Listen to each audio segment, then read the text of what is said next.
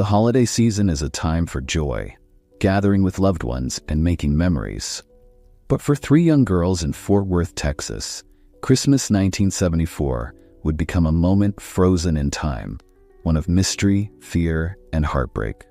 On the morning of December 23rd, Mary Rachel Trlica, Lisa Renee Wilson, and Julie Ann Moseley set out for what was supposed to be a fun day of Christmas shopping. They were excited, filled with the kind of holiday spirit you'd expect from teenagers getting ready for the big day. The girls left home with smiles, but they never came back. The story of their disappearance has left a dark shadow over Fort Worth, gripping the community in fear and confusion. For decades, the families of these girls have searched, hoped, and prayed for answers. However, the case of the Fort Worth missing trio remains one of the most haunting mysteries in Texas history.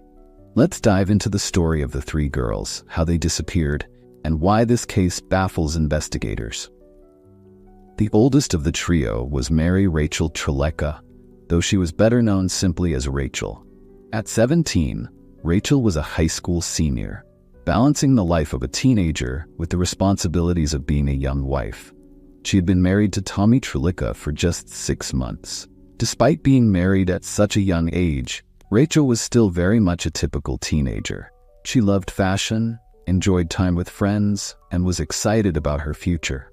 On that fateful day, she drove her husband's 1972 Oldsmobile to pick up her friends. Lisa Renee Wilson, or Renee, was 14 years old. With her light brown, wavy hair and infectious smile, she was the kind of girl who lit up a room.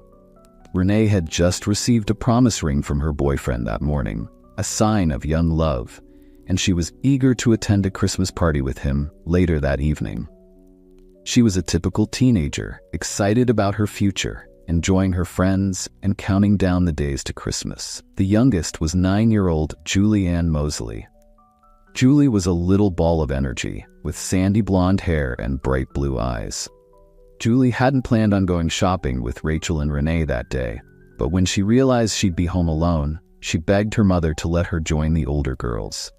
She didn't want to miss out on the fun and excitement of Christmas shopping. After some convincing, her mom finally agreed, but told her to be home by 6 p.m. December 23rd started like any normal day for the three girls.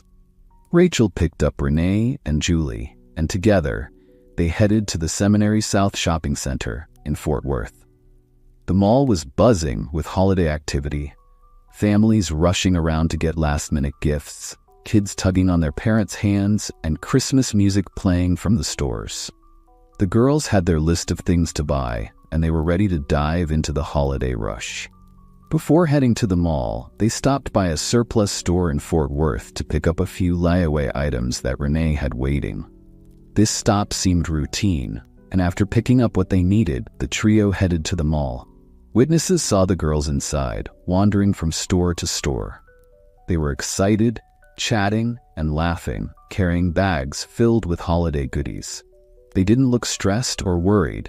Everything seemed perfectly normal.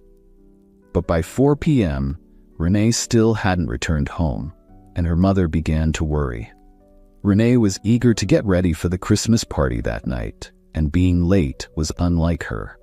Julie's mom, Rayan, also grew anxious, especially since Julie had promised to be back by 6 p.m.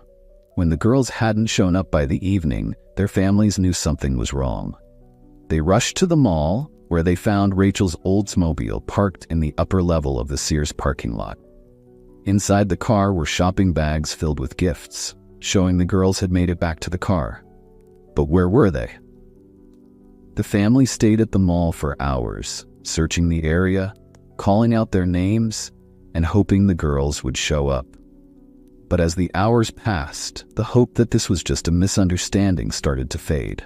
The girls had vanished, and no one had any answers. The next day, the first strange twist in the case appeared. Rachel's husband Tommy received a letter. It was written in a shaky hand, supposedly by Rachel herself. The note said, "I know I'm going to catch it, but we had to get away. We're going to Houston. See you in a week. The car's in Sears upper lot. Love, Rachel."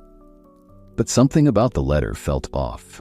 First, it wasn't like Rachel to write so casually, and the fact that she would leave a note instead of calling her husband didn't make sense. The handwriting didn't even look exactly like hers. To add to the confusion, the letter was addressed to Thomas A. Trlica, using his formal name even though she usually called him Tommy. The envelope, which was oddly wider than the letter inside, had no clear postmark, only a blurry zip code. Handwriting experts, including the FBI, examined the letter over the years, but they couldn't definitively say if Rachel had written it. Her family didn't believe it was from her at all, and they were convinced the girls had not run away. Rachel's mother, Frances, Renee's mother, Judy, and Julie's mother, Rayanne, were certain something terrible had happened. Judy Wilson said that her daughter was too excited about her Christmas party to run away, and there was no way she would have disappeared willingly. Julie's mother was adamant that her 9-year-old wouldn't leave 2 days before Christmas. And Rachel's family firmly believed that if something happened, the girls had been taken against their will. The police, however, were not so sure at first. Authorities initially treated the case as a runaway situation, thinking the girls might have left town on their own. But as more days passed, the families knew this wasn't the case. Their daughters weren't the type to just disappear. Desperate for answers, the families distributed missing persons flyers all over Texas. They called newspapers, television stations, and anyone who would listen. They weren't going to give up. For years, tips poured in. Some witnesses claimed to have seen the girls around the mall. One man, who said he knew Rachel, recalled seeing her briefly talking to someone in the record section of a store. Others believed they saw the girls being forced into a vehicle near the mall. One woman reported seeing 3 girls being pushed into a yellow pickup truck, but the police never found that witness again, and her story remained unverified. In 1975, a private investigator hired by the families looked into a lead that pointed to a suspect who had a history of making obscene phone calls to young girls. He lived near Rachel's family, and it seemed like he might have had something to do with the case. But after investigating, the lead went cold. Searches were conducted, sometimes with hundreds of volunteers combing through remote areas. In one case, searchers went to Port Lavaca, Texas, after a tip suggested that the girls had been killed and taken there. Nothing was found. Bones discovered in 1976 in Brazoria County turned out to belong to someone else. Every lead, every clue seemed to lead to a dead end. By the late 1970s, the case had grown cold, but the families didn't stop looking. They held on to hope, even though the years passed with no answers. Then, in 2001, the case was reopened. Homicide detectives were assigned to investigate, and one theory surfaced. The girls had left the mall with someone they knew, perhaps even trusted. Over the decades, multiple witnesses came forward with stories of seeing the girls that day, but no one had a clear answer. In 1981, one man claimed he had seen a security guard with the girls after their disappearance, but the lead didn't pan out. In 2018, 2 cars were pulled from Benbrook Lake, thought to be connected to the case. Yet again, the efforts produced no new evidence. Despite exhaustive searches, interviews, and endless investigation, the girls' whereabouts remain a mystery. Investigators believe more than one person might have been involved in their disappearance, but to this day, no arrests have been made. The disappearance of Mary Rachel Trlica, Lisa Renee Wilson, and Julie Ann Moseley has left a hole in the hearts of their families and the Fort Worth community. The 3 girls set out that day excited to shop for Christmas, but something sinister happened, and they never made it back home. Their families have spent decades searching for answers, following every lead and hoping for a resolution. As the years go by, the case becomes colder, but the memory of the 3 missing girls lives on. Somewhere the truth is out there.